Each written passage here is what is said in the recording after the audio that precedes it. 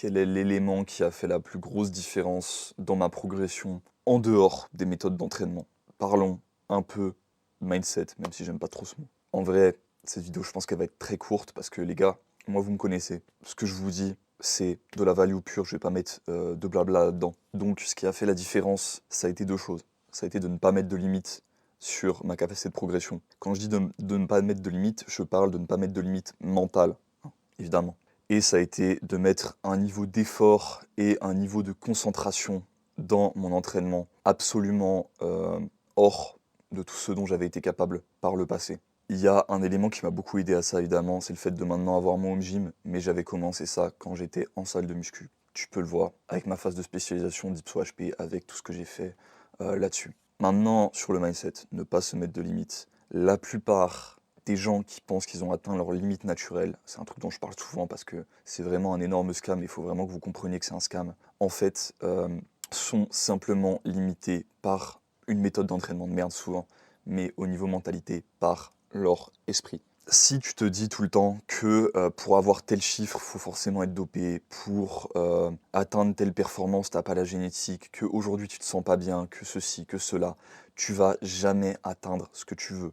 J'en ai parlé dans ma dernière vidéo, mais les mots sont des sorts. Les mots, c'est de la magie, c'est comme ça. Tu vois, au début, dans la Bible, ils te disent, au début, il y avait le mot, tu vois. Enfin, je sais plus comment c'est formulé. Bref, je suis pas chrétien de toute façon. Mais tu captes. Les mots, c'est extrêmement puissant. La parole, c'est extrêmement puissant. La pensée aussi. Tout ce que tu penses, tout ce que tu dis a un impact. Et arriver avec une mentalité négative va nécessairement amener quelque chose de négatif. Même si des fois ça t'arrive d'arriver en te disant que tu vas pas performer et de quand même performer, faut que quand tu arrives et que tu te dis, enfin que tu as instinctivement envie de dire que tu vas pas performer, faut te dire que tu vas performer, tu vois. Est-ce que tout ça, ça veut dire qu'il faut pas faire d'autorégulation? Non, absolument pas, tu vois. Si par exemple tu as des douleurs, je sais pas, tu as des douleurs tendineuses, je sais pas, au coude, tu vois, et que tu étais censé faire une séance de dips lourd, bah, ce que tu fais, c'est que tu peux faire de l'isotourep en isométrie longue. Comme ça, tu ressors de ta séance avec des nouveaux PR, des performances de fou, et un meilleur conditionnement coude et moins de douleur. Alors, ça dépend de où tu es sur l'échelle de douleur, hein, évidemment. Sinon, va falloir te référer à mes vidéos sur le renforcement tendineux. Je sais pas si j'en ai encore fait.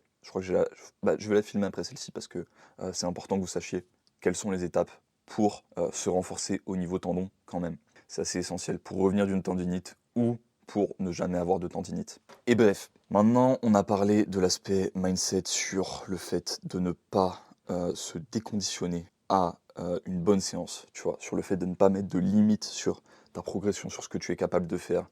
Mais l'autre partie qui va être vraiment essentielle, ça va être le fait de mettre un niveau d'effort absolument inhumain dans ce que tu fais. Et ça se prête pas bien à la périodisation par bloc, à ce genre de truc où tu fais des deloads tout le temps, où tu fais des 4x4 avec un RPE 7 ou je sais pas quelle connerie. Non, ça se prête pas à ça, je suis désolé.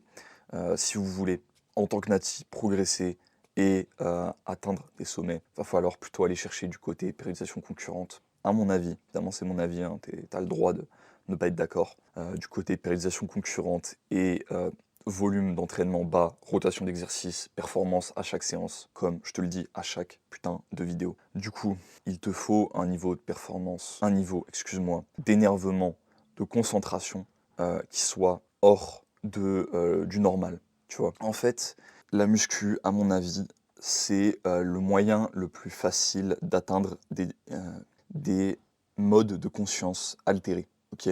Qu'est-ce que j'entends par mode de conscience altérée? Quand tu bois de l'alcool, ta conscience est altérée. Quand tu prends, je sais pas quelle drogue, ta conscience est altérée. Quand tu t'entraînes et que tu t'entraînes vraiment dur, que tu te concentres, que tu braces, que tu mets tout ton effort et que tu t'énerves dans le truc, tu es dans un mode de conscience altérée. Tu le vois. Tu le vois sur mes vidéos. Je vais t'en mettre quelques-unes.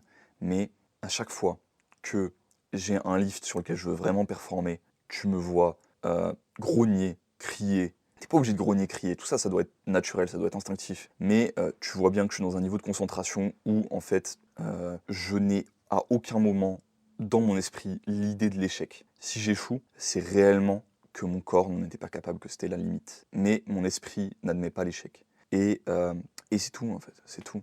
Et en ayant ce niveau de concentration et ce niveau d'idée de la chose, j'arrive des fois à des PR qui paraissent complètement irréalistes. J'avais passé 264 kg x 3 en soulevé de terre tradi le même jour que j'ai passé 280 kg x 1.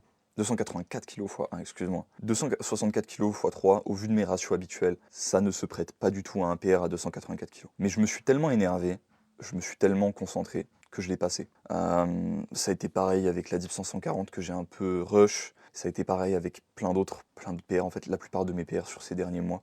Et voilà, je vais t'inviter à faire la même chose. Laisse ton esprit sortir de ses gonds. Laisse la partie consciente de ton esprit disparaître. Le temps de ton entraînement, le temps de ton mouvement, parce qu'elle va revenir dès que tu auras fini ton mouvement. Maintenant, juste pour clarifier 2-3 trucs. Est-ce que faut être tout le temps dans ce niveau d'énervement là? Non, tu as une limite. Il y a un moment où tu vas être trop fatigué. Tu peux pas le faire à chaque série, à chaque entraînement. Moi, je le réserve et tu verras que tu auras une limite qui va peut-être un peu s'améliorer au fur et à mesure du temps dans ta capacité à ton nombre de...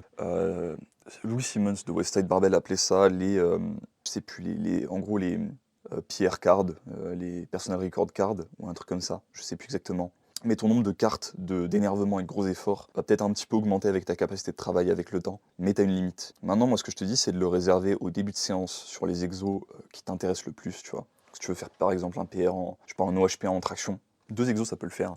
Tu réserves tes cartes d'énervement pour ça. Et après, tu fais quand même des PR, tu progresses quand même, mais tu le fais avec un niveau d'effort où tu es un peu plus balèque. Tu mets quand même un niveau d'effort important, mais tu es moins en transe, tu vois. Tu es moins dans un état de transe complet. Parce qu'il y a un moment, tu es obligé de préserver un peu ton système nerveux, de préserver un peu ta capacité à produire de l'effort demain et après-demain et après-après-demain. Donc voilà. C'est tout pour aujourd'hui, j'espère que cette vidéo aura pu vous montrer le mindset les gars. Moi je vous dis à la prochaine pour des gros PR. Allez checker la description pour un petit coaching et je vous fais à tous des gros bisous.